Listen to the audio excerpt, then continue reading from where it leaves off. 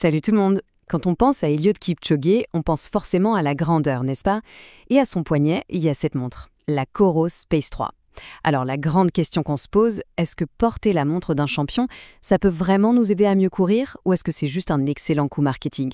Allez, aujourd'hui on décortique ça ensemble.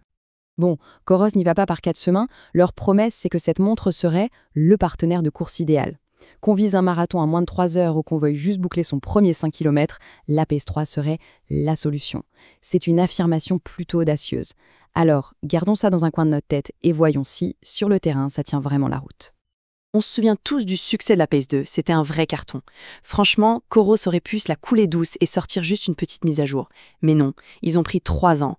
3 ans pour tout revoir. Et le résultat, attention, ce n'est pas une simple Pace 2.5. C'est une véritable évolution qui se concentre pile sur ce que les coureurs attendaient. Ok, donc 3 ans de boulot, ça donne quoi concrètement? Eh bien, imaginez un peu. Un GPS hyper précis, digne des pros.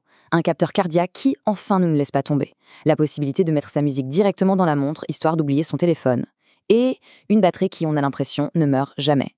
C'est un vrai bond en avant. Et on va regarder tout ça de plus près. Et puis, il y a ce chiffre, 30 grammes. Franchement, 30 grammes, c'est rien du tout. C'est à peine le poids de quelques pièces de monnaie. Tellement légère qu'on finit par oublier qu'on l'a au poignet, que ce soit en plein effort ou même la nuit. Et on le sait bien, en course à pied, le moindre gramme peut faire la différence. Bon, parlons de la batterie. C'est un peu la marque de fabrique de Coros, leur point fort. Et là, accrochez-vous. 38 heures. 38 heures d'autonomie avec le GPS à fond. Pour mettre ça en perspective, ça veut dire qu'on pourrait faire un ultra-trail comme l'UTMB, un des plus exigeants au monde, et la montre serait encore en vie sur la ligne d'arrivée. C'est juste dingue pour une montre dans cette gamme de prix. D'accord, la légèreté, la batterie, c'est impressionnant, on est d'accord. Mais maintenant, passons aux choses sérieuses. Ce qui compte vraiment pour un coureur, le nerf de la guerre. Il y a deux choses qui ne sont pas négociables. La précision de la trace GPS et la fiabilité du capteur de fréquence cardiaque. Ah, le GPS en ville. C'est souvent là que ça coince pour beaucoup de montres. C'est facile d'avoir une trace propre quand on court à la campagne, sans rien autour. Mais dès qu'on se retrouve au milieu des grands immeubles, dans ces fameux canyons urbains, c'est une autre histoire. Beaucoup de montres sont complètement perdues. Alors la Pace 3, elle donne quoi dans ces conditions? La solution de Coros, c'est une technologie qui s'appelle le GPS double fréquence. Pour faire simple, la montre est plus intelligente. Elle capte 2 signaux par satellite au lieu d'un seul.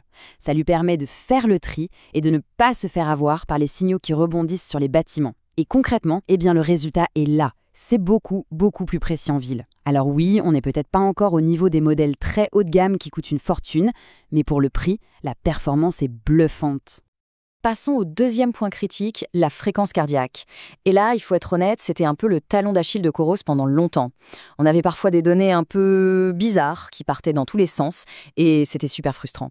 Donc la question est simple, est-ce qu'ils ont enfin corrigé le tir avec la Pace 3? Et la réponse, c'est un grand oui. Le capteur a été entièrement repensé. On l'a comparé à une ceinture cardio, qui reste la référence absolue, et les données de la Pace 3 sont enfin fiables. Elles sont cohérentes, c'est fini les pics de cardio qui sortent de nulle part, on peut enfin faire confiance à sa montre pour gérer son effort. Et ça change absolument tout. Voilà pour la partie technique. Clairement, sur le papier et dans les tests, ça tient la route. Mais maintenant, au-delà des chiffres et des spécifications, qu'est-ce que ça fait de vivre avec cette montre au quotidien, de s'entraîner avec tous les jours? Eh bien, pour faire court, c'est un plaisir. On l'oublie complètement au poignet. Le bracelet en nylon est super confortable. La navigation avec la petite molette devient vite un réflexe. Et l'écran tactile, c'est une bonne idée. Il s'active seulement pendant les entraînements. Pas de risque de lancer un truc par erreur sous la douche. C'est vraiment bien pensé. Alors oui, il y a aussi la musique maintenant. On peut stocker ces morceaux directement sur la montre, ce qui est top pour celles et ceux qui veulent courir léger. Après, soyons réalistes, beaucoup de coureurs gardent quand même leur téléphone sur eux, au moins pour la sécurité. Donc, la musique, c'est un super bonus, c'est clair. Mais ce n'est peut-être pas la fonctionnalité qui va faire basculer la décision pour tout le monde. Bon, on a fait le tour. Il est temps de conclure. Et pour savoir vraiment ce que cette montre a dans le ventre, le mieux, c'est de la mettre face à ses concurrentes directes. Allez, premier combat, la Pace 3 contre la Garmin Forerunner 245, une montre super populaire. Et là, franchement, il n'y a pas vraiment de match. La Pace 3 est moins chère, elle a une autonomie qui est double, voire triple, et en plus, elle a un altimètre barométrique pour un dénivelé précis, ce que la Garmin n'a pas. Sur le papier, c'est une victoire par KO. Et si on se dit, ok, mais dans la même marque, je prends quoi? La Pace 3 ou la Pace 2 par exemple? En fait, le choix est assez simple. Si on court surtout sur la route ou sur des sentiers faciles, la Pace 3 est parfaite. Si par contre, on est plutôt du genre trailer, à partir à l'aventure en montagne, avec besoin d'une montre ultra robuste et de cartes détaillées, alors là oui, l'Apex 2, plus cher, a tout son sens. Donc, si on devait résumer, les points forts, c'est simple. Un rapport qualité-prix juste incroyable, une autonomie de dingue, un confort au top et des capteurs qui sont enfin précis. Côté points faibles, honnêtement, il faut chercher. Certains diront qu'elle fait un peu plastique à cause de sa légèreté. Et c'est vrai que la molette avec de gros gants en hiver, ce n'est pas le plus pratique. Mais c'est vraiment pour chipoter. La question finale, c'est donc à qui s'adresse cette montre, au final? La réponse est hyper simple. Pour tous les coureurs qui cherchent l'essentiel, de la performance, de la précision, une super autonomie, mais sans vouloir dépenser une fortune, si c'est ça qu'on recherche, il ne faut même pas hésiter. La Pace 3 est faite pour ça. C'est en quelque sorte la montre du coureur malin. Du coup, pour conclure, est-ce que c'est la meilleure montre de course à pied pour son prix en 2024 ? Honnêtement, quand on regarde tout ce qu'elle offre, la précision, la batterie, la légèreté, et qu'on met ça en face de son prix, c'est très, très difficile de dire non. Coros n'est pas juste fait une bonne montre, ils ont carrément changé les règles du jeu pour les montres à moins de 250 €.